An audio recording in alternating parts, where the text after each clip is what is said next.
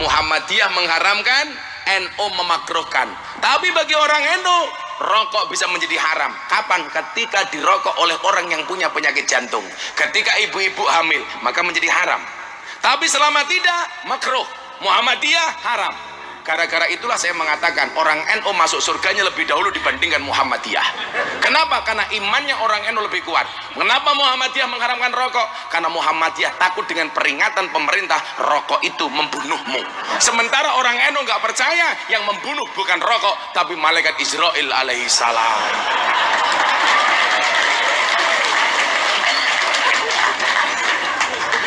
Tapi lah Muhammadiyah bediki saukur pak. Karena peringatan pemerintah, rokok itu membunuhmu, bukan membunuhnu. Membunuhmu, Muhammadiyah. Assalamualaikum warahmatullahi wabarakatuh. Alhamdulillah, salatu wassalamu ala rasulillah, hamabad. Kaum muslimin yang dirahmati Allah subhanahu wa ta'ala, memang mayoritas kaum muslimin lebih menyukai penceramah-penceramah yang model begini. Meskipun ceramahnya tidak berisi, miskin akan ilmu, yang penting bisa tertawa. Meskipun syariat Islam juga yang kemudian dijadikan bahan untuk tertawaan, yang dijadikan bahan untuk lelucon. Kemudian ketika penceramah mengeluarkan kata-kata kotor yang tidak pantas ditiru, didengar oleh anak-anak, mereka tetap saja ikut tertawa. Na'udzubillah min dzalik. Lalu bagaimana bisa diharap setelah mendengarkan ceramah, kemudian keimanan dan ketakwaan mereka bertambah? Bagaimana pula bisa diharap takutnya kepada Allah subhanahu wa ta'ala bisa bertambah? Yang ada justru tambah keras hatinya. Karena sepanjang majelis dilalui dengan tertawaan. Rasulullah SAW mengatakan, "Wala tuksirid dohik, fa inna kasratat dohik tumitul qalb." Dan janganlah kalian terlalu banyak tertawa, karena sesungguhnya terlalu banyak tertawa dapat mematikan hati.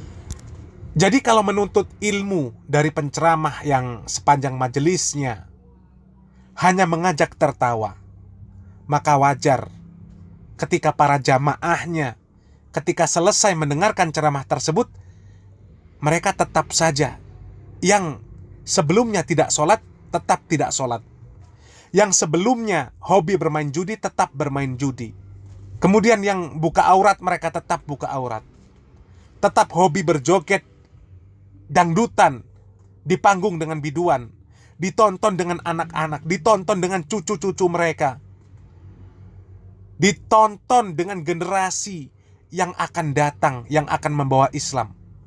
Lalu bagaimana bisa memberikan contoh yang baik untuk generasi kalau kelakuan seperti itu?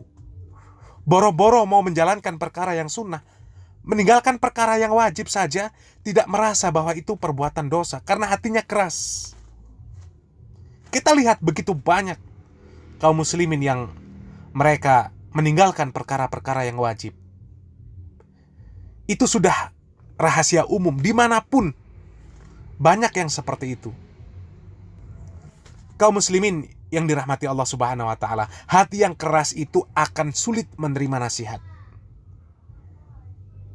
Ketika ada yang memberi nasihat, memberikan ceramah, menyampaikan perkara tauhid, perkara sunnah, mengajak kepada ketaatan, maka kemudian orang-orang tersebut dikatakan orang-orang aliran keras.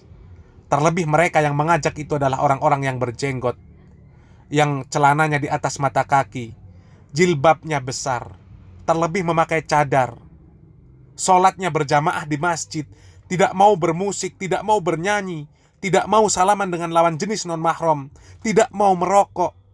Maka kemudian dikatakan mereka adalah orang-orang Salafi Wahabi yang aliran keras, padahal hati mereka yang keras. Sebagai contoh masalah rokok saja, ini dijadikan bahan lelucon, bahan tertawaan yang mengandung pelecehan syariat. Orang NU dikatakan masuk surga lebih dahulu daripada Muhammadiyah hanya karena perkara rokok. Na'udzubillah min dzalik.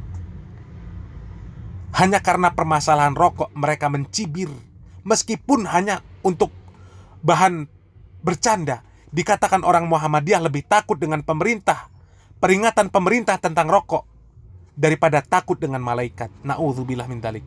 Ini niat bercanda tapi ucapan kufur. Ucapan kufur. Surga itu adalah sesuatu yang mulia, puncak tertinggi, impian tertinggi seorang muslim. Lalu bagaimana bisa hanya karena masalah rokok yang hina kemudian dikatakan orang-orang yang mengharamkan rokok kemudian dikatakan masuk surga lebih belakangan. Na'udzubillah min dzalik. Orang-orang yang membuat perkataan dusta hanya untuk membuat orang lain tertawa itu dilaknat. Dilaknat oleh Allah Subhanahu wa taala. Itu bukan perkara remeh. Islam agama yang sempurna, sampai adab bercanda pun diatur oleh Islam. Jadi ini rokok jelas-jelas perkara buruk dibela, dijadikan candaan yang menyangkut surga. La haula wala quwata illa billah. Surga itu mulia, sedangkan rokok itu hina. Cobalah kalian yang masih menghisap rokok ini berpikir sebentar saja untuk merenungi apa manfaat rokok yang jelas terbukti secara ilmiah. Maka tidak akan ada sama sekali. Seluruh ahli kesehatan di dunia yang mereka ahlinya di bidang tersebut mengatakan isi atau kandungan dari rokok semuanya racun yang merusak kesehatan. Tidak ada satupun, tidak ada satupun mengandung manfaat. Tidak ada yang mengatakan rokok itu bermanfaat kecuali orang-orang yang tidak cerdas, yang tidak mengetahui sama sekali tentang ilmu kesehatan, tentang kandungan rokok, yang mereka mengatakan manfaat rokok hanya berdasarkan hawa nafsunya. Karena sudah kecanduan, kemudian mencari pembenaran untuk tetap bisa merokok. Kalaulah dikatakan rokok diharamkan untuk wanita hamil dan anak-anak saja, maka cobalah sekarang dibuka matanya. Banyak wanita yang hamil maupun yang tidak hamil, mereka merokok. Mereka menghisap asap rokok, di mana perokok pasif dikatakan lebih berbahaya oleh ahli kesehatan. Dan anak-anak yang sekarang mereka merokok, mereka masih pelajar, menghisap rokok, itu akibat kalian menghalalkan rokok.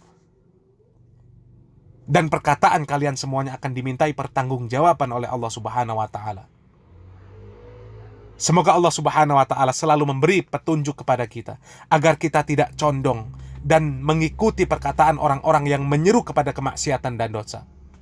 Dan semoga Allah Subhanahu wa taala memberi kelembutan pada hati kita untuk menerima nasihat dan kebenaran. Semoga apa yang kami sampaikan bermanfaat. Barakallahu fikum. Wassalamualaikum warahmatullahi wabarakatuh.